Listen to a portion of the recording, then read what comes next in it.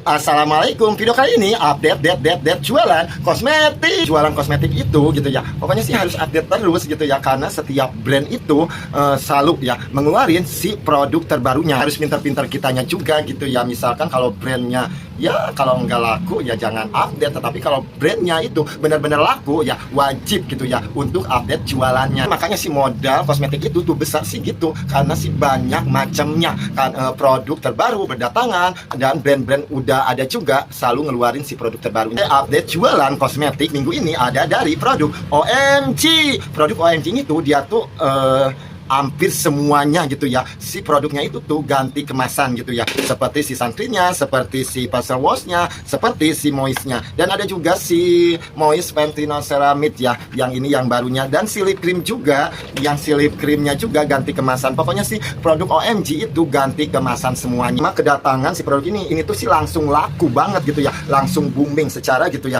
OMG ini tuh royal banget ya, apalagi dia tuh tester-testernya beda sama produk-produk lain gitu ya, nggak ada tester sama sekali gitu ya. Kalau produk OMG dia tuh langsung tester. Sebagai penjual sih seneng banget gitu ya, dikasih tester, dikasih produk bindet. Pokoknya sih produk OMG itu royal banget secara gitu ya, di naungan Farama. Banyak banget gitu ya brand-brand yang ganti kemasan gitu ya, bukan hanya OMG aja, brand lain juga banyak yang ganti kemasan. Konsumen itu kadang-kadang ada yang nerima, kadang-kadang ada yang enggak gitu ya. Sebagai penjual kosmetik kadang-kadang sih susah gitu ya untuk ngejelasin sama konsumen gitu ya, yang biasanya beli kemasan yang lama sekarang udah ganti kemasan baru. Ada yang ngerti, ada juga yang nggak ngerti. Kalau yang nggak ngerti gitu ya, bahkan si konsumen itu ya udah deh, saya cari ke yang lain aja gitu ya, cari kemasan yang lama. Saya selalu bilang ya, ibu pastinya ke toko kosmetik yang lain juga kemasannya pastinya sama seperti gini, terkecuali gitu ya